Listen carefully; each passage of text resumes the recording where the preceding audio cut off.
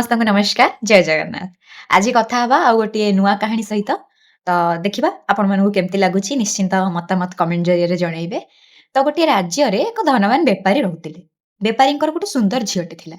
ରୂପରେ ଯେମିତି ଗୁଣରେ ସେମିତି। ସବୁଥିରେ ପରିପୂର୍ଣ୍ଣ।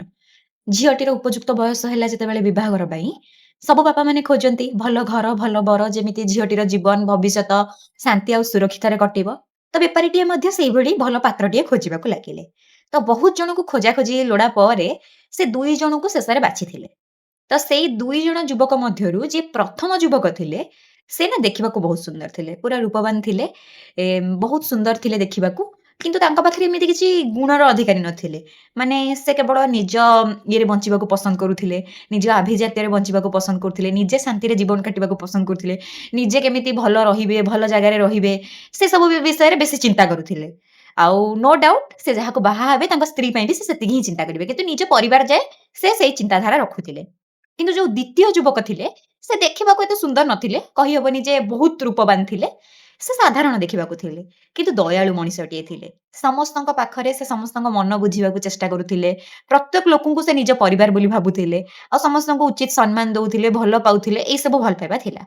ତ ଝିଅଙ୍କୁ କିନ୍ତୁ ପସନ୍ଦ ଆସିଲେ ସେଇ ପ୍ରଥମ ବରପାତ୍ର ଜଣକ, ଯିଏକି ଦେଖିବାକୁ ବହୁତ ସୁନ୍ଦର ଥିଲେ।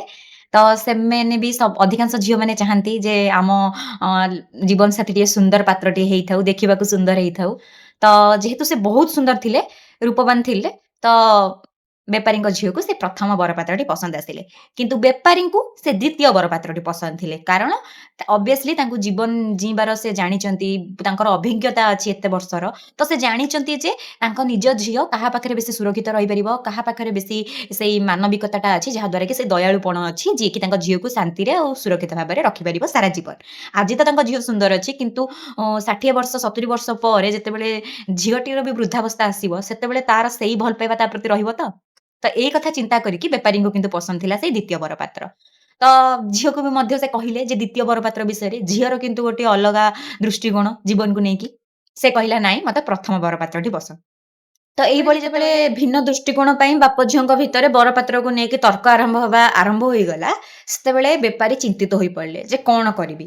2ଟି ଯାକ ପାତ୍ର ତ ମୁଁ ହିଁ ଖୋଜିଥିଲି, କିନ୍ତୁ ଝିଅକୁ ଜଣେ ପସନ୍ଦ ହେଲେ, ମତେ ଜଣେ ପସନ୍ଦ। ମୋର କିନ୍ତୁ ଅଭିଜ୍ଞତା ଅଧିକ, ମୁଁ ଭାବୁଛି ଯେ ମୋ ଝିଅ ସେଠି ଶାନ୍ତିରେ ରହିପାରିବ। କିନ୍ତୁ ଝିଅ ବୁଝିବାକୁ ନାରାଜ। ତ ସେ ଜଣେ ସାଧୁଙ୍କ ପାଖକୁ ଗଲେ କିଛି ଉପଦେଶ ଆଣିବା ପାଇଁ, କେମିତି ତାଙ୍କ ସମସ୍ୟାର ସମାଧାନ କରାଯିବ। ସାଧୁଙ୍କ ପାଖରେ ସେ ତାଙ୍କର ସେଇ ସବୁ କାହାଣୀ କହିଲେ, ଯାହା ଯାହା ସେ କରିଛନ୍ତି, ଯାହା ଯାହା ତାଙ୍କ ସହିତ ହେଇ ଆସିଲା। ତ ସାଧୁ ହସିଲେ ଆଉ ସାଧୁ କହିଲେ, "ଠିକ୍ ଅଛି, ମୁଁ ତମ ସମସ୍ୟାର ସମାଧାନ କରିଦେବି। ତମେ କାଲି 2 ପହରେ ଖରାବେଳ ସମୟରେ ନିଜ କନ୍ୟାକୁ ନେଇକି ମୋ ପାଖକୁ ଆସ। କିନ୍ତୁ 2ଟି ସର୍ତ୍ତରେ ଆସିବ।" ବେପାରୀ କହିଲେ, "କଣ ସର୍ତ୍ତ?" ତ ସନ୍ଥ କହିଲେ ଯେ, "ପ୍ରଥମ ହଉଛି ତମେ ମୁଖ୍ୟ ସଡ଼କ ଠାରୁ ମୋ ଆଶ୍ରମକୁ ଆସିବ, ଯେଉଁ ବାଟରେ ଆସିବ, ସେଇ ମୁଖ୍ୟ ସଡ଼କଠାରେ ହିଁ ନିଜର ସବୁ ବାହନ ଛାଡ଼ିଦବ।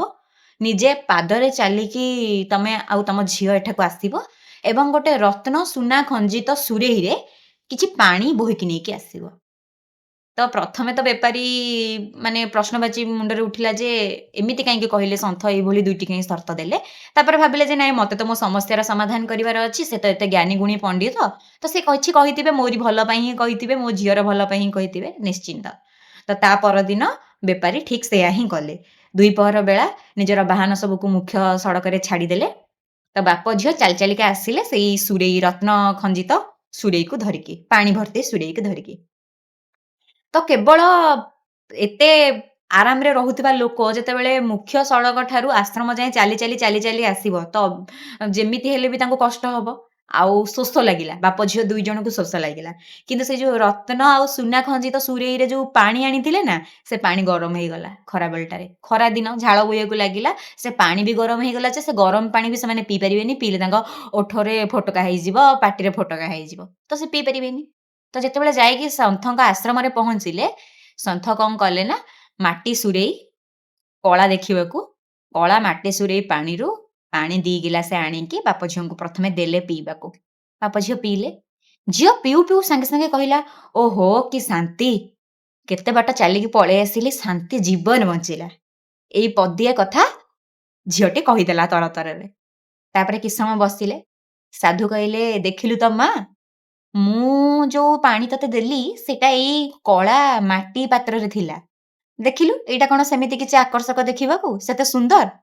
କିନ୍ତୁ ତୁ ଯୋଉ ପାତ୍ରରେ ପାଣି ନେଇକି ଆସିଛୁ, ସେଥିରେ ରତ୍ନ, ସୁନା ସବୁ ଖଞ୍ଜିତ ହେଇଛି। ରୂପରେ ଭାରି ସୁନ୍ଦର, ଦେଖିବାକୁ ଭାରି ସୁନ୍ଦର ଲାଗୁଛି। କିନ୍ତୁ ତା ପାଣି କଣ ତୋ ଜୀବନ ବଞ୍ଚେଇ ପାରିଲା?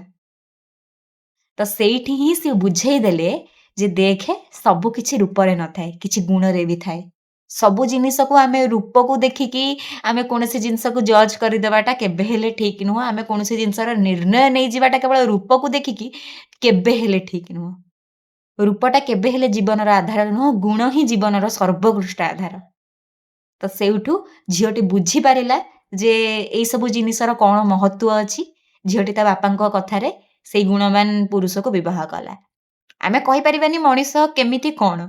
କିନ୍ତୁ ମଣିଷର ରୂପ ଦେଖିକି ଆମେ ଯଦି କାହାକୁ ଭାବିବା ଯେ ଇଏ ଭଲ, ଇଏ ଖରାପ ହେଇଥିବ, ଆ ସହିତ ଆମେ ଭଲରେ ରହିପାରିବା, ତା ସହିତ ଆମେ ଖରାପରେ ରହିପାରିବା, ତାହେଲେ ଏଇଟା ଆମର ଗୋଟେ ବହୁତ ବଡ଼ ଭୁଲ ଧାରଣା। ତ ଭିଡିଓଟି ଯଦି ଭଲ ଲାଗିଥିବ ଲାଇକ୍, ସେୟାର, ସବସ୍କ୍ରାଇବ୍ କରିବାକୁ ଜମା ଭୁଲିବେନି। କାହାଣୀଟି କେମିତି ଲାଗିଲା ନିଶ୍ଚିନ୍ତ ନିଜର ମତାମତ ଦେବେ। ରହୁଛି, ଦେଖା ହବା ଆଉ ଗୋଟେ ନୂଆ କାହାଣୀ ସହିତ। ଜୟ ଜଗନ୍ନାଥ।